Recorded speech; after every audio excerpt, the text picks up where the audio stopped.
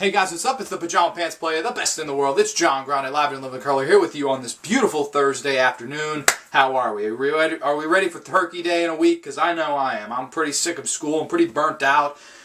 Five more classes of each class, so that equates to 10 more days of classes as wholes for the semester.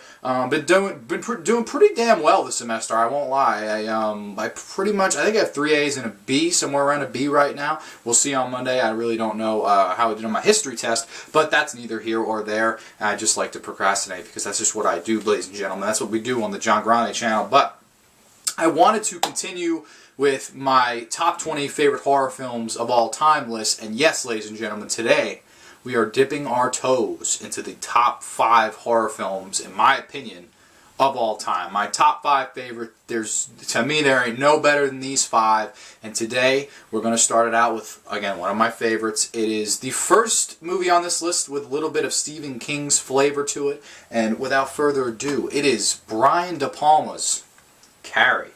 Wow, Carrie, so high on the list, in the top 5. How is it in the top 5? It's just that damn good. This movie, to me, is just absolutely perfect. I wouldn't change a damn thing about it. It's also, it never really gets its due for this, but it's the first Stephen King adaptation film, to my knowledge. I don't think there's anything that preceded this. And I think after this was Salem's Lot, and then Jesus Christ, How Many Things from 1980 on, and to be honest, this is my second favorite Stephen King adaptation film, and it's honestly because of the performances involved, the filmmaking techniques from Brian De Palma, who was a new up-and-comer at the time, who really could add a lot to this movie. And I just think the whole story, the whole aura around Carrie, is just something that anybody and everybody can relate to, and I think that's why this movie really packs the punch that it does.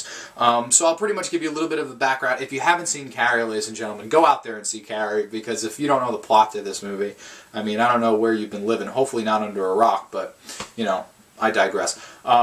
This movie's basically about Sissy Spacek, who plays Carrie. She's the outcast in high school. You know, she kind of gets picked on. She's the weird girl. You know, she's not like goth or anything like that. She's just the weird girl with not one single friend in the world, and you know, she just has it tough. And there's some true horror scenes that nobody ever really mentions. Is the opening scene in this movie. It's absolutely terrifying because it's shot in slow motion by Brian De Palma. The girls are, the high school girls are getting back from gym class, and they're changing, and they're laughing, they're throwing things at each other, and Carrie is in the shower, and poor Carrie gets her very first period, and it's just shot so masterfully. You know, it's like you have these slow columns of the lockers and the girls laughing, having fun. See, he's kind of panning over, okay, these are the normal people. This locker, this. All of a sudden, and then we have the weird Carrie girl in the shower that is bleeding from her vajayjay, and she doesn't know what the fuck's going on, and in essence, she's screaming, help me, help me, and they don't help her, they just taunt her, throw shit at her, they're like, plug it up, bitch, and like, it just sets a tone. You're just like, holy shit. I mean, these bitches are cruel. And they don't get any less cruel, put it that way. I mean, this movie really sets the tone from the word go. And then, you know, you're pretty much introduced to Carrie's mother, who's played by Piper Laurie, who actually got nominated for an Oscar for the film. I love Piper Laurie's performance in this. She had actually been on a 13-year film hiatus before she acted in this, and it's just amazing that she showed absolute no rust, and she just absolutely hit it out of the park in this one. She's basically like this really uber, over-the-top religious mother who, you know, Jesus does it, this is a sin, that's a sin. You know, if you've ever seen The Waterboy, she's basically like Kathy Bates in that movie. But this woman, unlike Kathy Bates in Waterboy, she just has no heart or soul. I mean, she's just a cold bitch. And she locks Carrie in a room whenever she says something wrong or does something wrong or looks at her the wrong way or doesn't say something that Piper Laurie wants to hear. She throws her ass in this room, and it has Jesus nailed to the wall. And it's like a really cool, well, it's like a, you know, obviously a cross of Jesus nailed to the wall. It's not actually Jesus nailed to the wall. Sorry, I should have specified a little bit better.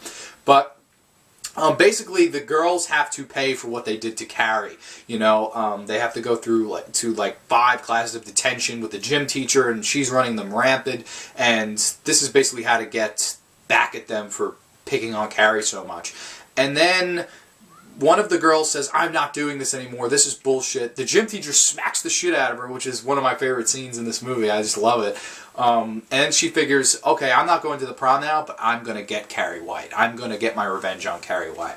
And, you know, this movie is really, and not a lot of people mention this either, it's really a build-up to the last, you know, 15, 20 minutes of the film. It's pretty much a build-up to the prom. Because one of the girls feels bad for Carrie, and she wants her boyfriend to take her, and he does, and he's begging her, just let me take you, just let me take you, and the mother's against it, and there's all sorts of problems and stuff, and it basically is just, Brian De Palma understands how to build tension. Better than a lot of the directors on this list, believe it or not. And I think he was he really did do a lot of good movies after this, of course, as well. I mean, people talk about Scarface, The Untouchables, etc.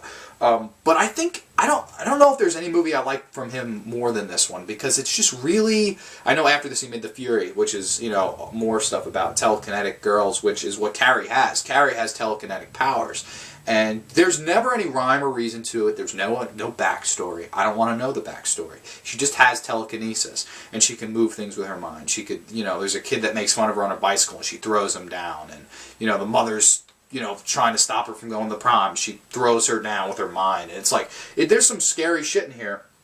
And that's more the Stephen King elements of it. But, like, I just love how some of this film is shot. Like, towards the end, the prom scene where they dump the pig blood on Carrie. Before that happens, it's just her dancing with him. All seems fucking well. And the other girl, and John Travolta, of course, who's in this movie as one of the generic boyfriends. You know, they're laughing, waiting to set up the whole pig blood on her after they kill the pig, which is another violent scene.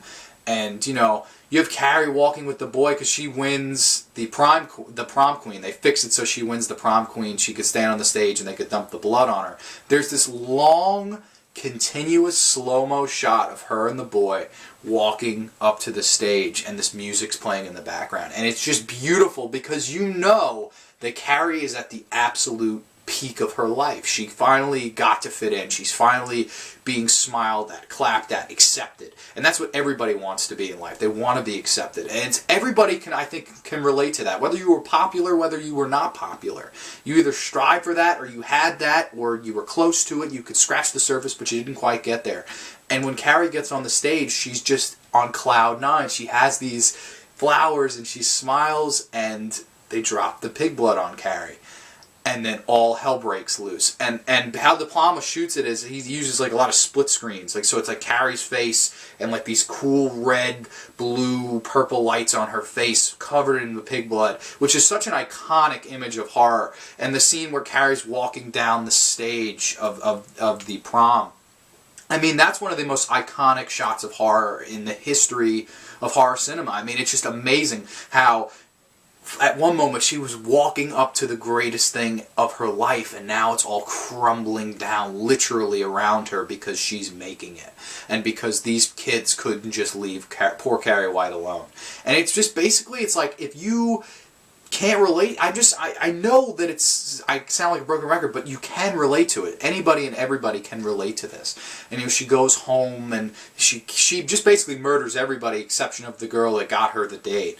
And, you know, this movie was very famous, of course, for one of the jump scares at the end of the movie. But before that, she actually goes home to the mother, and the mother stabs Carrie.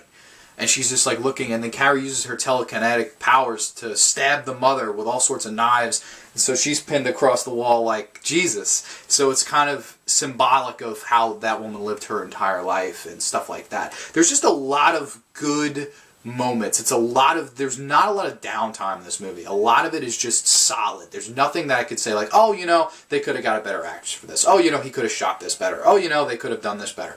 I don't think there's any problems with this movie. To me, it's a perfect film.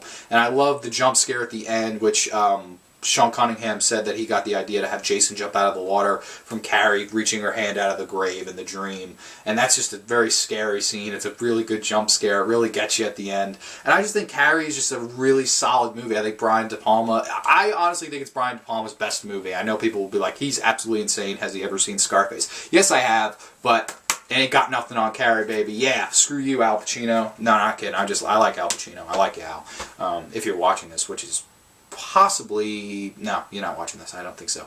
But, so that was number 5 on my top 20 horror films of all time, and that's all for now. I love Carrie. If you haven't seen Carrie, go out and watch it. I've never seen anybody hate Carrie, dislike Carrie. It's one of the best ever, and I think it's more than deserving to be number 5 on the top 10 horror list, top 20 horror list of all time. But next time I'll be coming at you, it will be with number 4, and this may be symbolic of something if you know a certain horror character with 4. I've said too much, ladies and gentlemen. Maybe I've said too much. Maybe I've given it away, but we'll be back with number 4 next time. But in the meantime, I am the Pajama Pants Player. I am the best in the world, and I will see you all later. Bye-bye, guys. Peace.